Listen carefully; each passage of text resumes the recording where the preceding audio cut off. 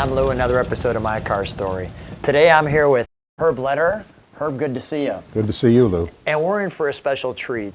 We're going to be talking about Herb's Indianapolis 1950s on-the-track race car. So before we get going too far, just so that people have kind of a little feel of where we're going with this, we're in Illinois, and I'm here with Herb, and Herb was sharing with me after college, what was your very first car? My very first car? Yeah. My everyday car? Your everyday or car. My old car? Your everyday first car. Well, my everyday car was a 58 Volkswagen Beetle, and it served us well. Yeah, for a long time. And that's kind of how it all begins. I mean, so it tells people that. Well, no, it begins before that. My very first car that I owned was a 48 Chevrolet, and it was a low mileage car, one owner car. I lived in Burlington, Wisconsin, which is 35 miles from Milwaukee. And that car's history was that it had made one trip to Milwaukee, and the rest of the time it was local. And that was my very first car. Yeah. The next car was a 53 Ford mainline six-cylinder coupe. Yeah. And then the Volkswagen Beetle came in after that. And then you and your wife, Dory, talked, and you said, as long as we can keep, we're never going to have not food on the table, but we're going to start to, you said you got sick. Right. You're at work. Tell a little bit about that. Well, I was working and being early on in the work, so to speak. Yeah. It was all work, 60 to 80 hours a week. I got sick. I missed a month of work, and while I was sitting home recovering and recuperating, we talked about the fact that we really didn't have a hobby. We were just totally devoted to work and taking care of the house and the kids, and suggested that maybe we should get a boat or an old car. Sure. And a boat was pretty much out of the question because we had small children, dog, cat, and a relatively short boating season in Illinois. So we decided to get an old car, and that's, from there, like Topsy, it just growed. What was the first old car? First car was a 1931 Ford Model A, a deluxe two-door sedan, and it was a wonderful car. It had 30,000 miles. This was a 30-year-old car with 30,000 miles. It became the standard for settling arguments about what was right and what was wrong on the Model A, because it had never been taken apart. Yeah. And it was a very, very dependable car. Wonderful family car. And so from there, people started to, you just continued to get different cars, some exciting cars. You had an Alpha you were sharing with me. Tell me a little bit about that one. Well, I had two Alphas. I had a short chassis, 8C 2300, and I had a long chassis, 8C 2300. And I had them both at the same time, and then decided that there was another car that came along that I thought I should have, so I sold one of the Alphas. I sold the short chassis car, kept the long chassis because I could fit kids in the back seat. And that car we had for about 30 years before it got sold. So there were always cars out there. When you have cars, you either run out of space, or you run out of money, or you run out of interest. And if you fall in love with another car, you get divorced from one and just keep moving on. So now we're going to kind of fast forward to where we're at. So what was you finally decided, I'm going to buy a real race car. What was your first race car? My first real race car was a 1946 Indianapolis car. It was a rail frame car. It had been built in 41, stored for the war years, went to Indy in 46 and 48, never qualified. Okay. And what was that car's name? That was the Jewel Special. The Jewel Special. And that was Jewel with two L's. Okay. Lawrence Jewel was from the Detroit area. He was a crankshaft grinder. Okay. And ran some cars. The car had a history at Indy, but not qualified. Yeah. And then it ran the Champ Car Series, and that was on the mile tracks. They were dirt tracks at that time. And then the car got passed around like all old cars do. Went through Chuck Davis's hands. He restored the car. Then it had 2 other owners before I got the car. And the car came to Bob McKee's shop and was mechanically restored. The engine was done by Steve Truchan down in Gary, Indiana. And his name will come up later when we talk about the car I have now, because he's the one that found the car for me. I ran the car. They had parade laps and demonstrations down at Indy, which were great fun. And then the Harry Miller Club has an event up at Milwaukee Mile. Okay. And that's in July every year. And I ran the car up there.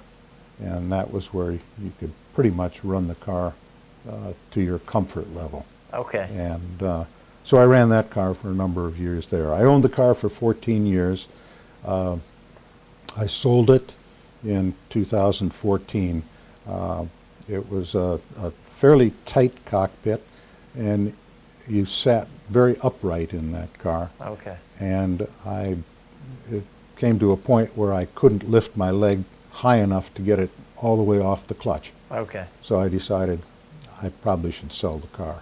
So now you sell that one. I sold that one. The Jewel Special. The Jewel Special was gone, and I was having what are we seeing here today? having seller's remorse. And all of my friends went to Indy in May for the parade laps and such. And here's Herb without his Indy car. I didn't go to Indy, and I was feeling sorry for myself. Yeah, and sure. so I was talking to people and saying, you know, if I could find a car that had a cockpit big enough for me, then I think I could be interested. And probably 4 to 6 weeks later, I got a call from Steve Truchan. Okay. And he told me that the Dayton steel wheel car was available. Was I Dayton interested? Steel Wheel. Dayton Steel Wheel. So It's known as the Dayton Steel Wheel Special. The Dayton Steel Wheel Special. Right. So what year is the Dayton Steel Wheel Special?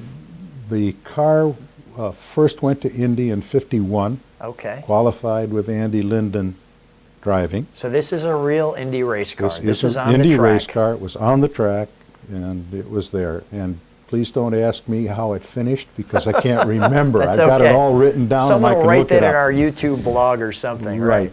The car next ran at Indy in '54. Yeah. And Andy Linden drove the car in that race.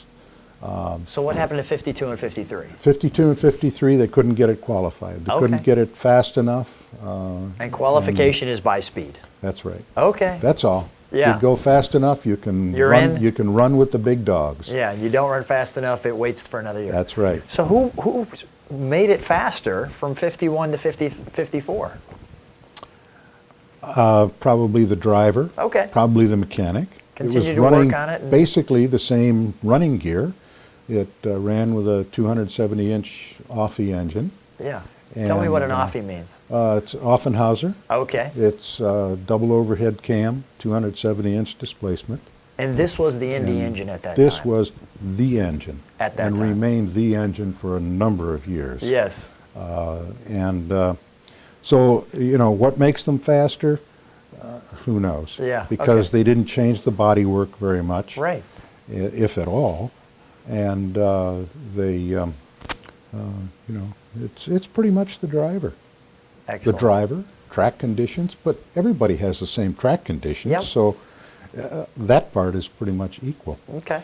And then in '55, the car had been sold from the original owner, and it ran in '51 and '54 as the Brown Motor Company Special. In '55, it was the Dayton Steel Wheel Special. Okay. And Elmer George was the driver, did his rookie test in the car, and the car had independent front suspension at that time. Okay. And the suspension collapsed while he was either practicing or trying to qualify. Okay. And so the car never made it in '55. In '56, the car came back. It had been changed. It had started life with an aluminum frame. When it came back in '56, it had a tube frame, which it has now. Okay. And the driver was Jim McWithy. Okay. And he did his rookie test in the car, but also didn't qualify. Okay. He did run the car at Milwaukee in '56, didn't finish the race, and so far the only history I have takes me, racing history, takes me to Milwaukee in '56. Gotcha. I don't have anything after that. I'm This is working great. on that. Well, we should go and take a look at your car. All right, we can do that. Sounds great. It's a work in progress. Yes. There it is, Lou. There we go. In all its glory. This is what we're talking about. Right. A real live 50s Indy car. I'm just going to give it a hug. All right, I'm good. I'm good, being a car guy. So my first thought is beautiful color, number 77, little Sunoco on the hood. Why the tires with the tread like that? Those were Indy tires. They were made just for running at Indy. Okay. And they only turned left. So that's where you need the tread. This was the design that worked for them. All right. Let me tell you a little about the Sure. car. It's a work in progress. It's being restored. It was a complete car. We had taken it completely apart, and we're now putting it back together. So there are some parts missing and things like that, and I'll tell you about them. The grille is missing. It's out being chrome plated. Okay. The brake handle is out being chrome plated. But we're about 95% complete. Yes, right. We're Right. down. So we're people down are seeing to, the real deal. Yeah, we're down to the details, and yes, this is the real deal. You've got the shaft you were talking about here that you started with. Right.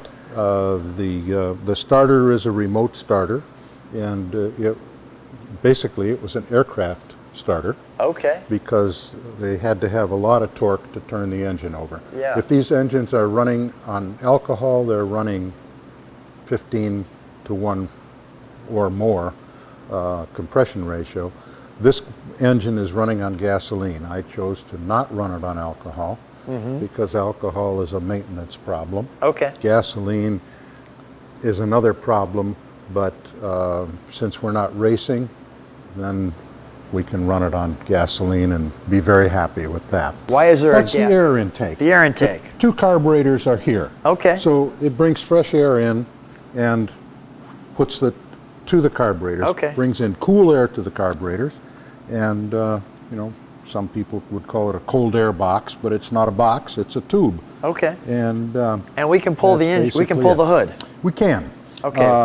The hood was just lettered this last week, and I didn't reattach it. So all I can do is just lift it right off, and there it is. It's the four-cylinder Offenhauser engine, double overhead cam. Wow. Magneto ignition, and if you look down in here, you'll see two. Oh yeah, there we go. Flynn carburetors. There's our carburetors. Right. The Flynn was very similar to the Riley carburetor, and except that it was turned 90 degrees, and that's it. I had never experienced and never even heard about Flynn carburetors until we got this car. Got it. What's this? What's the red box? That's the Magneto. Okay, gotcha. And that's the entire ignition system. And we've got the water running through here. Yes. It's actually, the engine itself is beautiful. I mean, very highly polished. I mean, spectacular. You Well, can see they are see beautiful. Yeah, they can see the camshaft going in, and the spark plug connects. Right.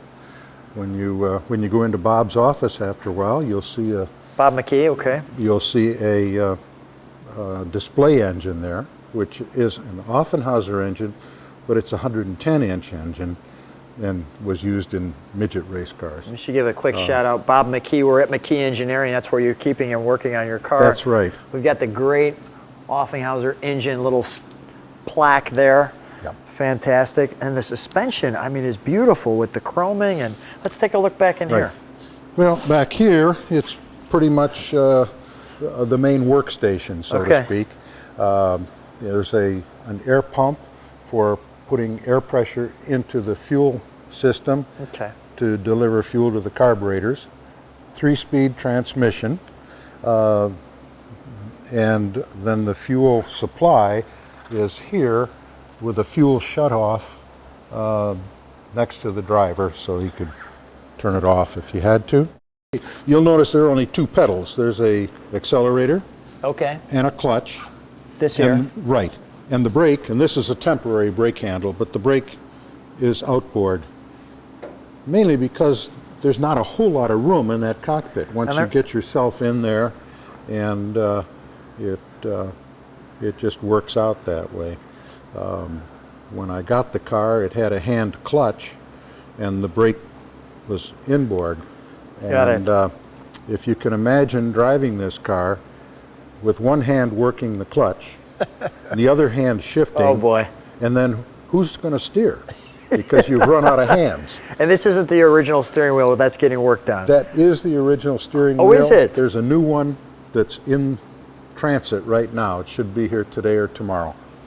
So I'm grabbing onto the real 50s. This is the McCoy. That's the real McCoy. All right, this is great. Right. And you're shifting between your legs. Right. And unfortunately, what's with the these vibration cars, like in this? Vibration is it's like a go-kart? It's the 4-cylinder shake. Okay.